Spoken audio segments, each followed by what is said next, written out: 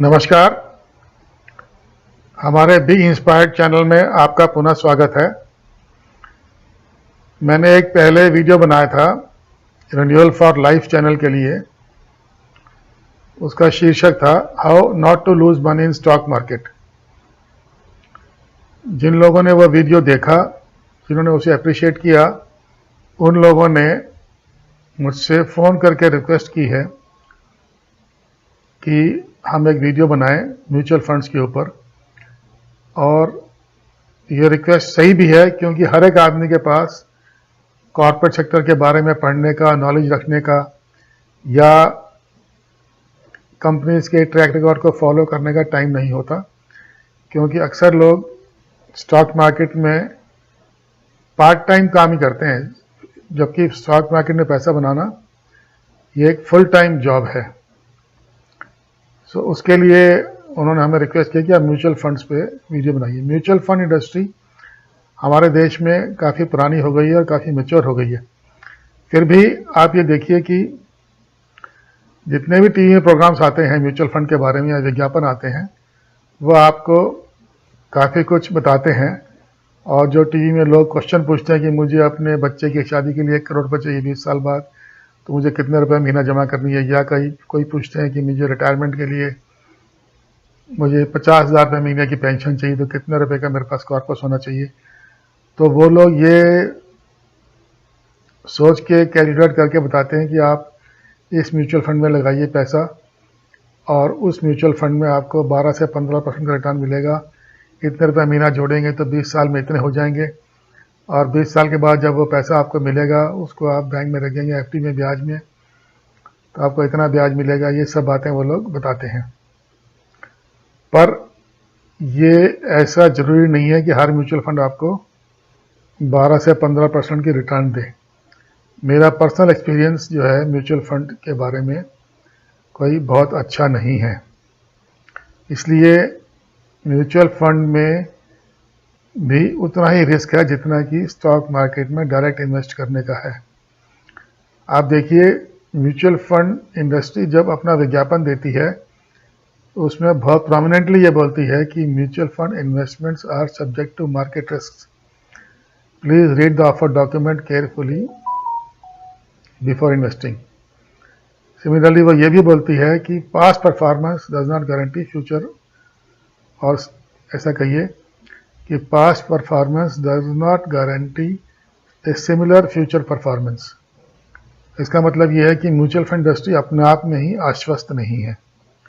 अब सारा mutual fund की परफॉर्मेंस, किसी भी पर्टिकुलर म्यूचुअल फंड की परफॉर्मेंस में जो मेन दारोमदार है वो फंड मैनेजर के ऊपर होता है। और चाहे वो फंड मैनेजर कितना एक्सपर्ट हो, कितना ही उसने एमबीए फाइनेंस किया हो, कितना उसने चार्टर्ड अकाउंटेंट रहा हो, वो कितना ही पढ़ा लिखा हुआ, उसने कितने भी स्टॉक मार्केट के कोर्सेज अटेंड किए हों, पर इस मार्केट में जो आदमी अपने आप को एक्सपर्ट समझता है, सबसे बड़ा बेवकूफ़ वही है। यहाँ कुछ पता नहीं लगता कब क्या हो जाए। इसलिए मेरा ये मानना है कि अगर आपने म्यूचुअल फंड से पैसा कमाना है तो आप फंड मैनेजर की भूमिका को ज़ीरो कर दीजिए।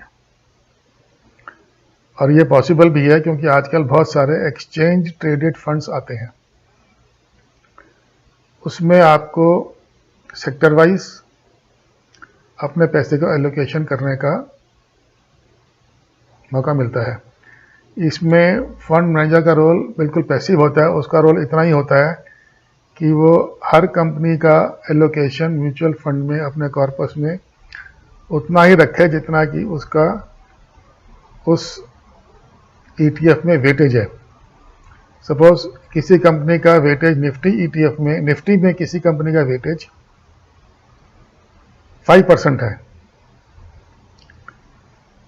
तो उसका काम यह है कि टोटल कॉर्पस का 5% उस कंपनी में इन्वेस्ट कर दे, बस, दैट्स ऑल।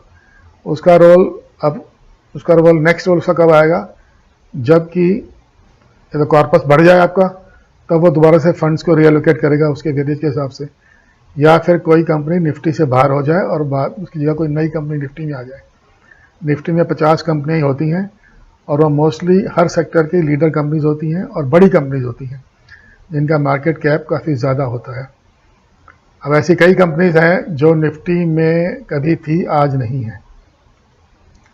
ऐसा कहा जाता है कि निफ्टी जो है अपने 5 साल के टेन्योर में दुगना हो जाता है, या Nifty on an average her 5 years दुगना होता है। सिमिलरली सेंसेक्स के भी कहा जाता है, तो सेंसेक्स के भी ईटीएफ आते हैं निफ्टी की, उसमें 30 कंपनी, इसमें 50 कंपनीज है। जब हमें अगर कोई आदमी ये सोचे कि मैं म्यूचुअल फंड में इन्वेस्ट ना करके निफ्टी की 50 कंपनी में पैसा लगा देता हूँ, उसी हिसाब से जितना उसका वेटेज है फंड्स में, फाइन, उससे उसको ये बेनिफिट भी होगा कि वो डिविडेंड उसको आते रहेंगे, कंपनी की रिपोर्ट्स भी आती रहेंगी, ये सब ठीक है, हो सकता है ये, पर ये आप करने के लिए आपको काफ़ी टाइम चाहिए, और एक बारी हो जाए उसके बाद आप पैसिवली बैठ सकते हैं, पर फिर भी आप बैठ नहीं पाएंगे, क्योंकि एक डायनेमिक प्रोसेस है और निफ्टी में से कुछ कंपनीज निकल जाती हैं, कुछ कंपनीज आ जाती हैं। उस केस में जब कोई कंपनी निकलती है, कोई आती है, तो आपको फिर से रीएलोकेशन करना पड़ेगा। पर ईटीएफ कई तरह के आते हैं। अगर आपको, मेरा ये मानना है कि अगर आपने स्टॉक मार्केट से पैसा कमाना है और अपने रिस्क को काफ़ी हद तक मिटिगेट करना है, तो आप कोई भी निफ्टी ईटीएफ चुन लीजिए, बहुत सारे मिलते हैं मार्केट में। अगर आप किसी एनएसई की वेबसाइट पर डालेंगे निफ्टी ईटीएफ तो बहुत सारे आ जाएंगे। उस केस में आप कोई भी एक निफ्टी ईटीएफ चुन लीजिए जिसकी अच्छी रेपुटेशन हो, या किसी सरकारी बैंक से जुड़ा हुआ हो, उसका प्रमोटर कोई सरकारी बैंक हो, तो उसमें आप जुड़ जाइए, और वहाँ बेईमानी होने की चांसेस कम होते हैं, क्योंकि जो फंड मैनेजर है वो बाउंड है कि उसने इन्हीं कंपनी में इन्वेस्ट करना है, वो अपनी मर्जी से किसी कंपनी में इन्वेस्ट नहीं कर सकता है। और फंड मैनेजर चाहे कितना ही बड़ा एक्सपर्ट हो, उससे गलतियाँ जरूर होती हैं और उसकी भी इन्वेस्टमेंट जो है गलत जाती है। इसलिए म्यूचुअल फंड जो हैं वो बेंचमार्क इंडिसेस से कई बार तो बहुत अच्छा परफॉर्म करते हैं, कई बार बहुत बुरा परफॉर्म करते हैं। इसलिए आपको क्या करना है कि आपने 2 या 3 ईटीएफ चुन लेने हैं और उनमें अपने कॉर्पस का एक एक पोर्शन लगा देना है। और अगर आप मंथली इन्वेस्ट करना चाहते हैं तो आपको मार्केट में अपने डीमैट अकाउंट और ट्रेडिंग अकाउंट के थ्रू उतना ही आपने लगाना है। जैसे मेरा एक फ्रेंड था जिसने मेरी बात मानी, उसको मैंने बोला कि आप 1000 रुपये महीना का निफ्टी ईटीएफ खरीदते रहिए, आपको बैंक के रिकरिंग डिपॉजिट से अच्छी रिटर्न आएगी। और आज इस बात को 5 साल हो गए और वो आदमी बहुत खुश है, क्योंकि उसका पैसा काफ़ी हद तक बढ़ गया है। जब उसने इन्वेस्ट करना शुरू किया था तब उस वक्त उसका जो रेट था उससे आज करीब 50 to 60% वो ऊपर है। मतलब उसका जो एनएवी है, जो उसने जो पहली इन्वेस्टमेंट की थी जिस रेट पर, सपोज एक्स रेट पर की थी, और उसको जब पहली इन्वेस्टमेंट को 5 साल हो गए तो एक्स प्लस 5 ईयर्स में, 5 ईयर्स टाइम में उसकी जो वैल्यू है पहले वाली म्यूचुअल फंड की, पहली वाली एंट्री की, वो अराउंड 60% ऊपर हो गई है। और इससे भी ऊपर गई होगी, पर क्योंकि अब मार्केट में उतार चढ़ाव आता रहता है तो आज की तारीख में 60% ऊपर है। तो 5 ईयर्स में 60% रिटर्न बैंक में तक एटलीस्ट नहीं आती है, और कहीं आए तो बात अलग है। सो वो आदमी, उसने कोई टेंशन नहीं उसे किसी किस्म की, उसने हर महीने 1000 रुपये के यूनिट्स खरीद लेने बस, और वो इसी में अपना काम चलता था। अगर आपने मार्केट में पैसा कमाना है तो आपका बेसिक एम यह होना चाहिए कि आप अपने कॉर्पस में से फंड मैनेजर की भूमिका ख़त्म कर दें। और आपको अब आपने एक चुन लिया निफ्टी ईटीएफ, दूसरा आप चुन लीजिए central public sector enterprises ETF. वो पैसा, वो जो ईटीएफ है वो सिर्फ सरकारी कंपनी में इन्वेस्ट करता है, और सरकारी कंपनियों में आपको अच्छा बेनिफिट मिलता है, और सरकारी कंपनियों में एडवांटेज ये होता है कि कभी बंद नहीं होती है। और भी कई ईटीएफ हैं।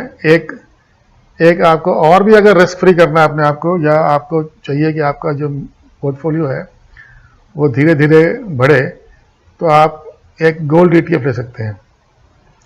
गोल्ड प्राइसेस में एडवांटेज ये होता है कि गोल्ड जो है वो धीरे धीरे बढ़ता है, धीरे धीरे गिरता है। इक्विटी जो है वो कई बार बहुत तेज़ी से गिरती है, और इतनी तेज़ी से गिरती है कि आपको एग्जिट अपॉर्चुनिटी नहीं देती है। अगर आप अपने आप को कंबाइन करते हैं गोल्ड ETF से, और अगर आप, मेरा ये मानना है कि अगर आप 1000 रुपये महीना डालते हैं निफ्टी ETF में और आप 250 रुपये महीना डालिए आप गोल्ड ETF में, अगर आपके पोर्टफोलियो में 25% हिस्सा गोल्ड का है तो आपका पोर्टफोलियो बहुत स्टेबल रहेगा, वो कभी गिरेगा नहीं। उससे क्या होता है कि आप आश्वस्त रहते हैं और आप का लेवल ऑफ कॉन्फिडेंस जो है बढ़ा रहता है। जब ब्रेग्जिट हुआ था यूरोप में, तो जिस दिन इंग्लैंड ने ये डिसाइड किया कि they have to exit this European Union, उस दिन स्टॉक मार्केट्स बुरी तरह से क्रैश की थी। या जब ये 9/11 का जब 4 हवाई जहाज गिरा दिए गए थे बिल्डिंग्स पर यूएसए में, उस दिन मार्केट्स बहुत बुरी तरह से क्रैश की थी। कई लोगों को उसमें सब कुछ खत्म हो गया था, इंक्लूडिंग म्यूचुअल फंड्स। पर जिनके पास गोल्ड था ना, वो बने रहे। क्यों? गोल्ड नहीं, ना तो गोल्ड गिरा था बल्कि गोल्ड एप्रिशिएट हुआ था। कारण ये था कि पैसा इक्विटी से निकल के गोल्ड में आ गया। इसलिए एक बच्चा जो 25 साल की उम्र में नौकरी लगता है, वो अगर अपनी रिटायरमेंट प्लानिंग शुरू करता है तो उसको एक तो ETF लेना है निफ्टी वाला, एक लेना है गोल्ड का, और एक ETF लेना है उसे जो भी सेक्टर उसे पसंद हो। He can either go in for public sector units, और he can go in for metal ETF, he can go in for auto ETF। तो एक निफ्टी का ऑटो इंडेक्स भी है, एक निफ्टी का मेटल इंडेक्स भी है, निफ्टी का एक फार्मा इंडेक्स भी है, निफ्टी का एक केमिकल इंडेक्स भी है। ऐसे बहुत सारे इंडेक्स है, सबके ETF मिलते हैं मार्केट में। वो ले ले, बस 3 काफ़ी हैं मेरे ख्याल में। अब जैसे अगर मेटल्स बढ़ रहे हैं तो ऑटो थोड़ा सा गिरता है, क्योंकि एक ऑटोमोबाइल में बहुत बड़ा पोर्शन वेट वाइज भी कॉस्ट वाइज भी मेटल का होता है, बॉडी मेटल की होती है। सो ये सब चीज़ें आपस में वेरी करती रहती है। इसलिए आपको एक स्टेबल रिटर्न लेने के लिए, जिसको कि अगर आप अपने म्यूचुअल फंड इन्वेस्टमेंट से 12 से 15% की रिटर्न निकाल रहे हैं, मतलब बोलते हैं CAGR, compounded annual growth rate, तो दैट इज सफिशिएंट, और वो आपके सारे गोल्स जो हैं मीट कर देगी। सो इस म्यूचुअल फंड इंडस्ट्री के रिस्क मिटिगेशन के लिए इतना ही। सो 2 बातें याद रखनी है। एक तो फंड मैनेजर के अधीन नहीं होना, आपको उसको ज़ीरो कर देना है। आपने अपने ट्रेडिंग अकाउंट में निफ्टी ETF लेने हैं, गोल्ड ETF लेने हैं, और आपने कोई और सेक्टर का ETF लेना है। ये 3 ETF जो हैं they will carry you through your retirement, और ईजीली आपके पास इतना पैसा होगा रिटायरमेंट के बाद कि शायद रखने की जगह ना हो। और ऐसा कहा जाता है, एक विज्ञापन आया था म्यूचुअल फंड के बारे में ही, अगर आपके 2 बच्चे हैं और 2 बच्चों पर आप suppose X amount per month खर्च करते हैं एजुकेशन पर, तो आप ये समझ लीजिए कि आप एक बच्चा और पाल रहे हैं, आपके 3 बच्चे हैं, और तीसरा बच्चा जो है आपका म्यूचुअल फंड है। तो आप जो पैसा खर्च करते हैं बच्चों के एजुकेशन पर, 2 बच्चों के एजुकेशन पर, तो आपका सपोज 2x अमाउंट है 2 बच्चों के एजुकेशन, जो उसकी फीस जाती है, एनुअल चार्जेस जाते हैं। सो उसका x अमाउंट, मतलब 2 बच्चों में जो खर्च हो रहा है उसका आधा आप अपने तीसरे बच्चे पर खर्च कीजिए, और उसमें उसको आप लगाइए म्यूचुअल फंड में। अब म्यूचुअल फंड का सिलेक्शन आपको मैंने बता दिया कैसे करना है। अगर आप ऐसा करेंगे तो तीसरा बच्चा जो है आपके रिटायरमेंट तक आपको इज्जत से रोटी खिलाएगा। आपकी पेंशन, आपकी नौकरी से पेंशन है या नहीं है। जो 2 बच्चे आपने अच्छे पढ़ा लिखा दिए, वो तो अपना